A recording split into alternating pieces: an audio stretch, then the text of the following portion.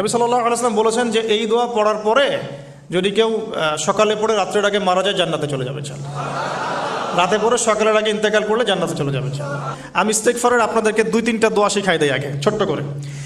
1 number, যারা একটু পড়াশোনা করেন মাশাআল্লাহ তারা এইটা পড়বেন, সাইয়্যিদুল ইস্তেগফার। সাইয়্যিদুল ইস্তেগফার আমার সাথে বলবেন, আল্লাহুম্মা আনতা রাব্বি লা ইলাহা ইল্লা আনতা খালাকতানি আনা আবদুক ওয়া আনা আলা আহদিক ওয়া ওয়া'দিকা মাস্তাতা'ত আউযু বিকা মিন শাররি মা সানা'ত আবু'ু লাক বিনি'মাতিকা আলাই ওয়া আবু'ু বিযানবি ফাগফিরলি ফাইন্নাহু লা ইয়াগফিরুয যুনুবা ইল্লা আনতা।